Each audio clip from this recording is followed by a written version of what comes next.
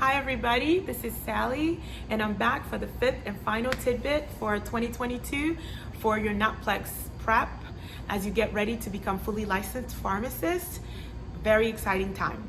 So far, some of the things that we talked about leading up to this point: identifying your studying style and understanding the type of learner you are and the fact that it's not time to experiment, and sticking to what you know works for you.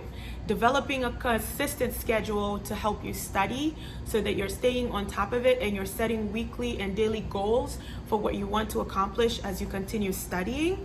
That's tip number 2. Tip number 3 was making sure that you picked and found yourself an accountability buddy, somebody who's going to stay on top of all these goals and make sure that you're hitting your benchmarks as you prepare for this exam that should be coming right up for so many of you now. So finding an accountability buddy was tip number 3, and 4 was practice, right? Setting time aside and being intentional every day as you study to practice your calculations, your statistics, some of the things you have to memorize with compounding, brand generics, black box warnings. Being intentional when you're building your schedule and making sure that you're setting time aside every single day to repeat these things so that you're not just getting answers right, but you're also working on your efficiency and making sure you're not getting efficient while becoming inaccurate. You just won't have time to sit there and think about it a million years. So you need to be quick and accurate. The fifth and final tidbit here today for you is making sure that you are exercising and building your mental and intellectual stamina.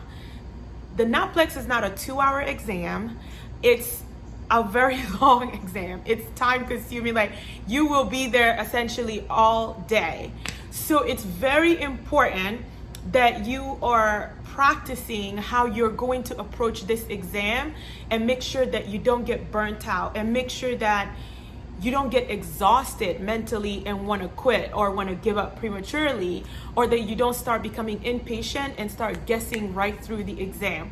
So my advice is, if you're only able to study 2 hours at a time, I want you to try and strive to mimic as much of the exam as you possibly can.